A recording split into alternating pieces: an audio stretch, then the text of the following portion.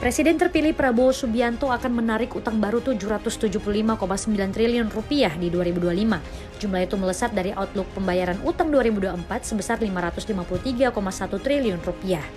Dalam dokumen nota keuangan RAPBN 2025, pembiayaan utang direncanakan sebesar 775,9 triliun rupiah yang akan dipenuhi melalui penarikan pinjaman dan penerbitan surat berharga negara. Rinciannya, penarikan pinjaman 133,3 triliun, sementara pinjaman terdiri dari pinjaman dalam negeri senilai 5,2 triliun rupiah dan pinjaman luar negeri 128,1 triliun rupiah, sedangkan penerbitan SBN 642,5 triliun rupiah. Pengelolaan pembiayaan utang disebut untuk mendukung percepatan transformasi ekonomi yang inklusif dan berkelanjutan dengan mengutamakan pembiayaan yang inovatif, prudent, dan sustainable.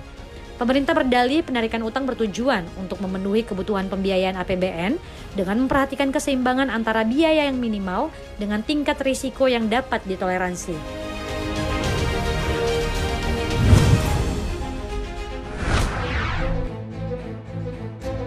Kepala Badan Gizi Nasional Dadan Hindayana belak-belakan mengenai pelaksanaan makan bergizi gratis.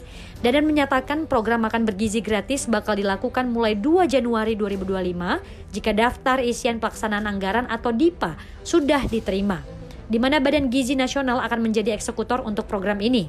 Sementara itu, Dadan juga menyebut anggaran 71 triliun untuk operasional instansinya, termasuk untuk membayar gaji karyawan. Di sisi lain, Dadan juga mengungkapkan adanya keterlibatan pihak swasta saat implementasi program Presiden terpilih Prabowo Subianto. Menurut Dadan, selain bertujuan memberikan makan bergizi kepada anak-anak, ibu hamil, dan ibu menyusui, ia mengatakan pihaknya juga ingin menumbuhkan ekonomi lokal. Saat ini pihaknya sedang menyiapkan struktur dan tata kerja organisasi Badan Gizi Nasional yang baru saja dibentuk lewat Perpres 83 tahun 2024. Belet itu baru saja diteken Presiden Joko Widodo pada 15 Agustus 2024. Setelah masalah struktur selesai, pihaknya akan menyusun seluruh peraturan badan dan seluruh peraturan yang terkait dengan program pemenuhan gizi, utamanya Badan Gizi Nasional. Targetnya bulan Desember ini Badan Gizi Nasional siap menerima DIPA anggaran untuk program makan bergizi gratis.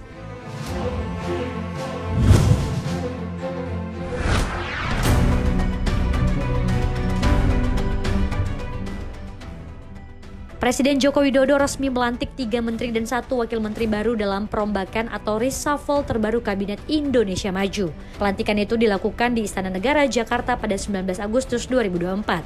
Adapun 3 menteri dan 1 wakil menteri yang dilantik Presiden yakni Menteri Hukum dan Hak Asasi Manusia, Supratman Andi Aktas, menggantikan Yasona Lauli. Menteri Energi dan Sumber Daya Mineral Bahlil Lahadalia menggantikan Arifin Tasrif. Menteri Investasi Kepala Badan Koordinasi Penanaman Modal Rosan Perkasa Roslani menggantikan Bahlil Lahadalia. Dan Wakil Menteri Komunikasi dan Informatika Angga Raka Prabowo. Jokowi juga melantik pejabat lainnya yakni Dadan Hindayana jadi Kepala Badan Gizi, Hasan Hasbi jadi Kepala Kantor Komunikasi Kepresidenan, dan Taruna Ikrar jadi Kepala BPOM. Usai dilantik sebagai Menteri ASDM, Jokowi meminta sederet fokus tugas segera dieksekusi dalam sisa waktu 2 bulan ke depan, yakni terkait dalam optimalisasi potensi dan produksi sumber daya alam, dalam rangka meningkatkan pendapatan negara, sekaligus menciptakan lapangan pekerjaan. Bahlil juga diminta mengecek beberapa kebijakan yang dirasa tidak tepat dan segera diperbaiki, sementara yang sudah sesuai akan terus dilanjutkan.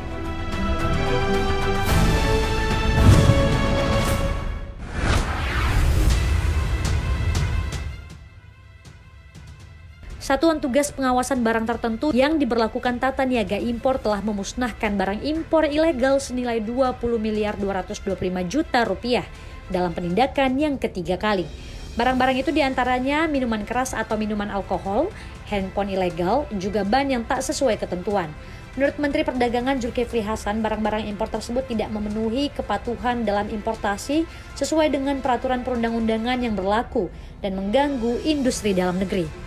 Ada 13 daftar barang impor ilegal yang dimusnahkan oleh Kemendak. Di antaranya, mesin gerinda 1.050 unit dengan tafsiran harga 950 juta, mesin bor 1.275 unit senilai 1,35 miliar rupiah, 900 unit handphone dan tablet dengan harga 3,5 miliar, panci presto elektrik, ban, plastik hilir, hingga minuman beralkohol 1.300 unit senilai 135 juta rupiah.